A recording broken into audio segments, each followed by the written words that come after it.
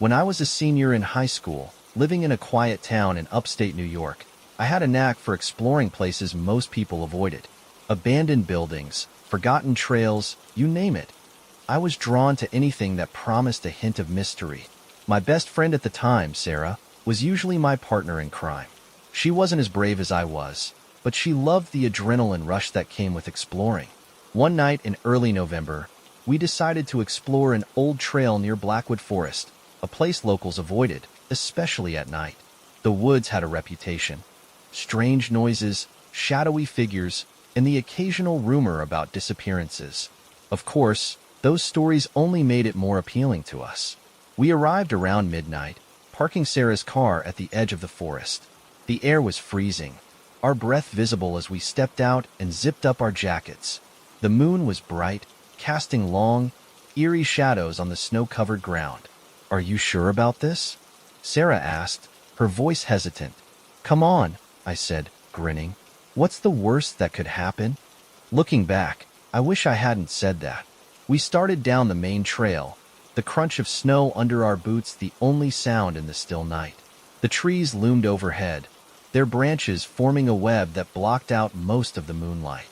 I kept my flashlight off to let my eyes adjust, but Sarah clung to hers like a lifeline. About 20 minutes in, we reached a fork in the trail.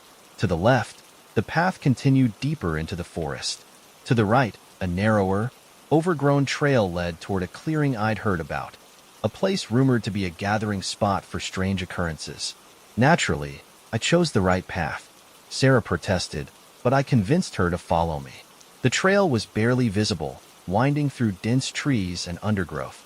The deeper we went, the quieter the forest became. Even the wind seemed to die down, leaving an unsettling silence in its place. And then we heard it. A soft, melodic sound drifted through the air.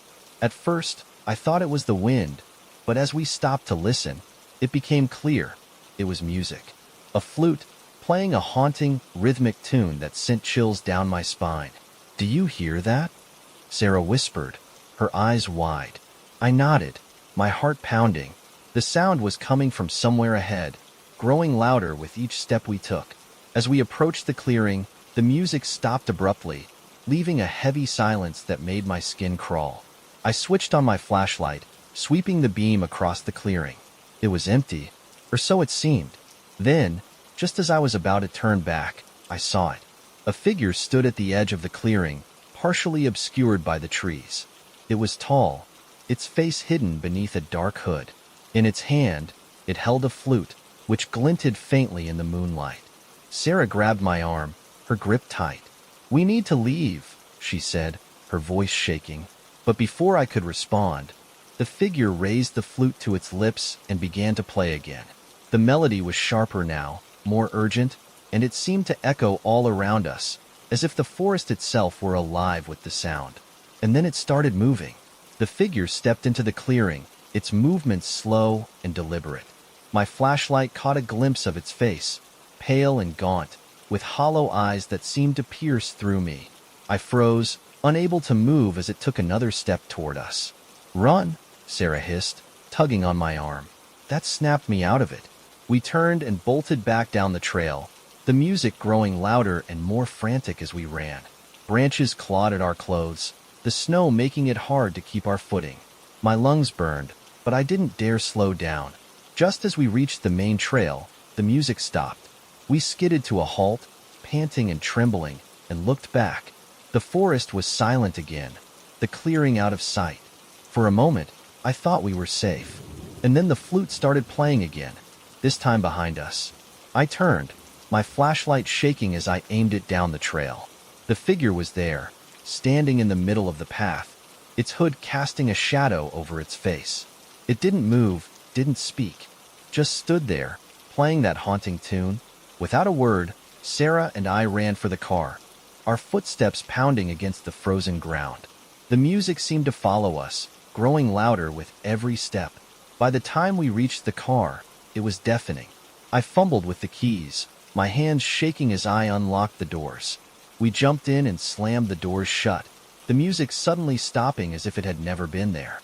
We drove away as fast as we could, the forest disappearing in the rearview mirror.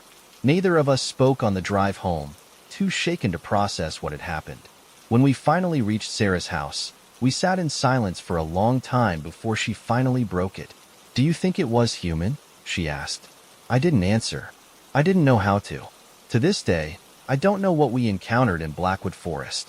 I haven't been back, and I don't plan to. But every now and then, when the wind whistles through the trees, I swear I can hear the faint sound of a flute, haunting and familiar, echoing in the distance. Some mysteries are better left unsolved.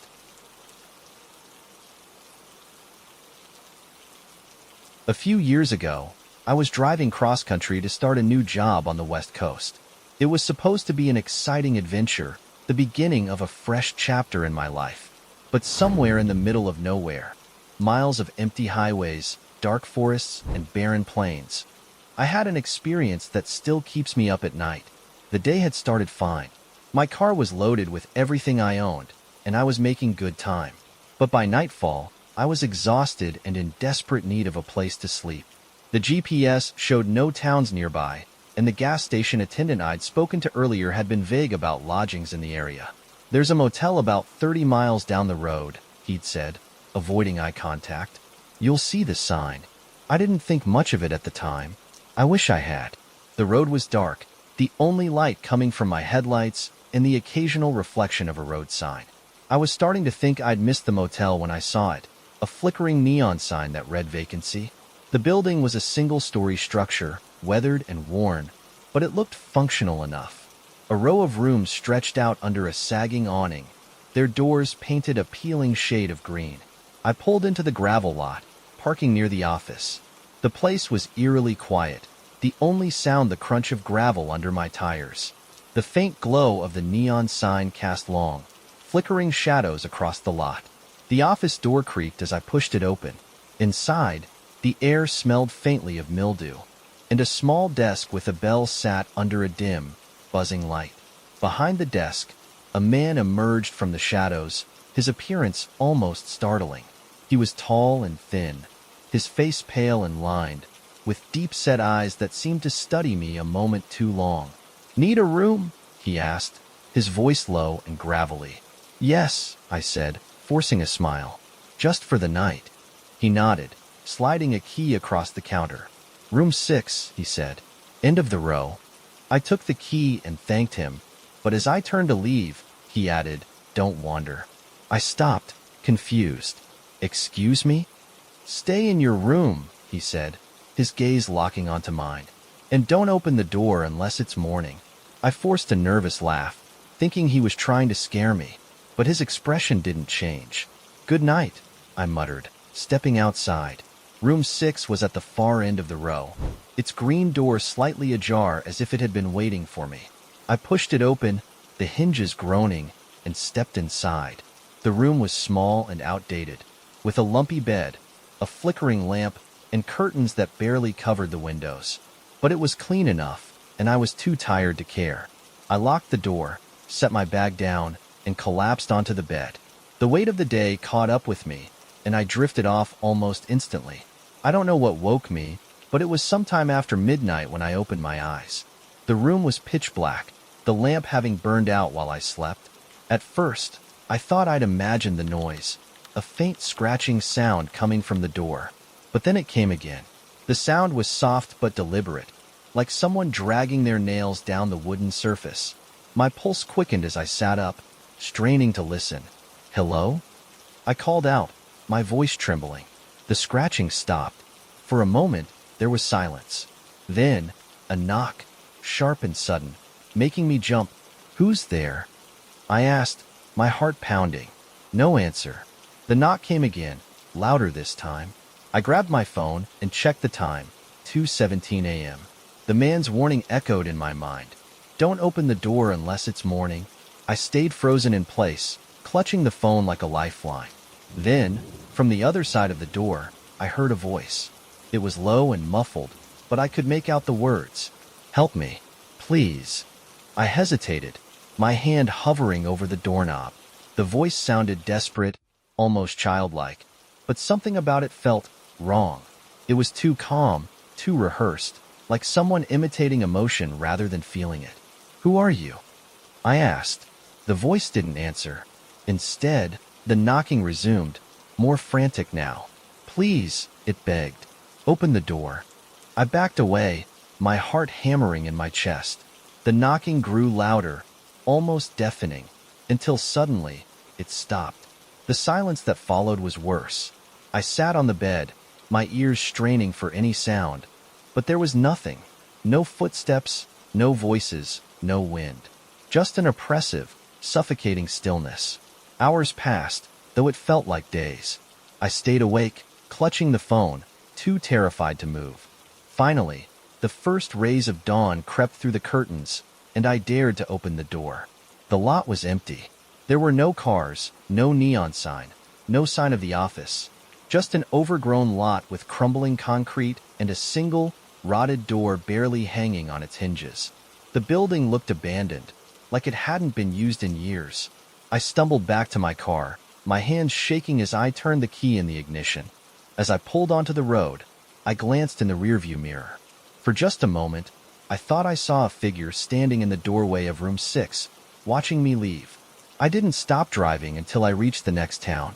When I told the locals about the motel, they exchanged uneasy glances. "That place burned down years ago," one of them said. "No one stayed there since." To this day, I don't know what I experienced at that motel. All I know is that I'll never stop on an empty highway again, no matter how tired I am.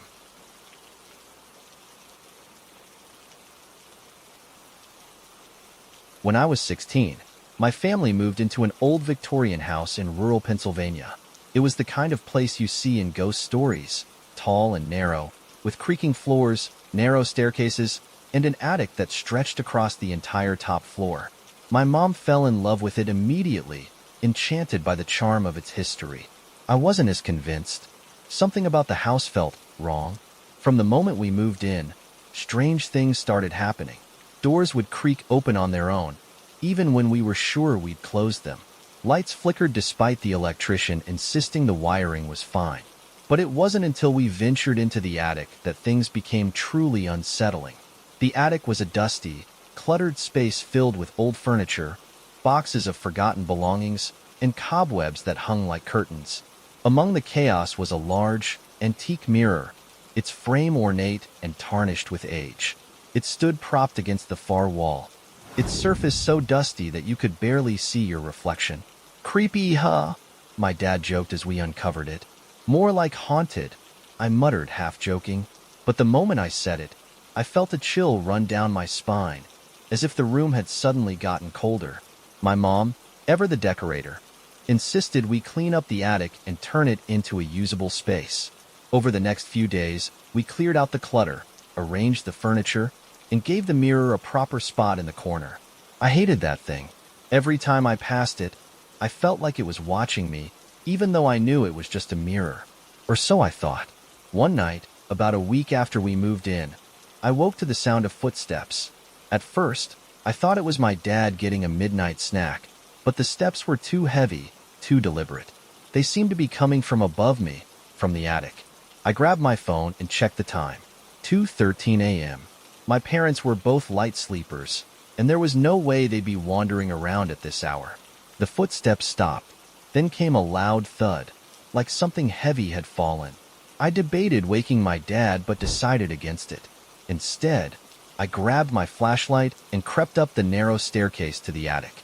The air grew colder as I climbed, and by the time I reached the door, my breath was visible in the dim light.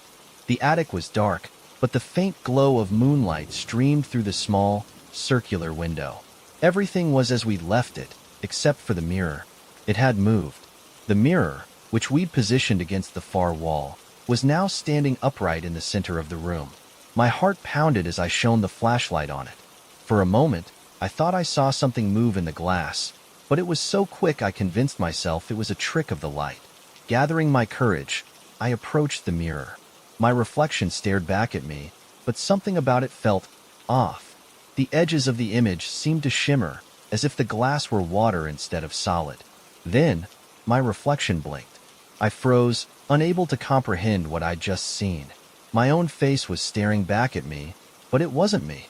It blinked again, its expression slowly changing into something I can only describe as a smirk, a sinister, knowing grin that sent a wave of terror through me. I stumbled back, knocking over a stack of boxes.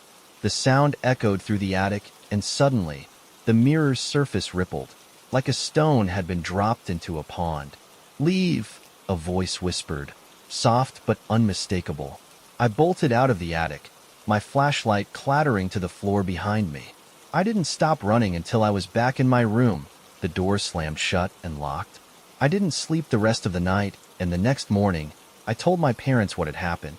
They laughed it off, chalking it up to an overactive imagination. "You've been watching too many horror movies," my mom said, but I knew what I'd seen, and I knew I wasn't going back into that attic. Over the next few weeks, the activity in the house escalated.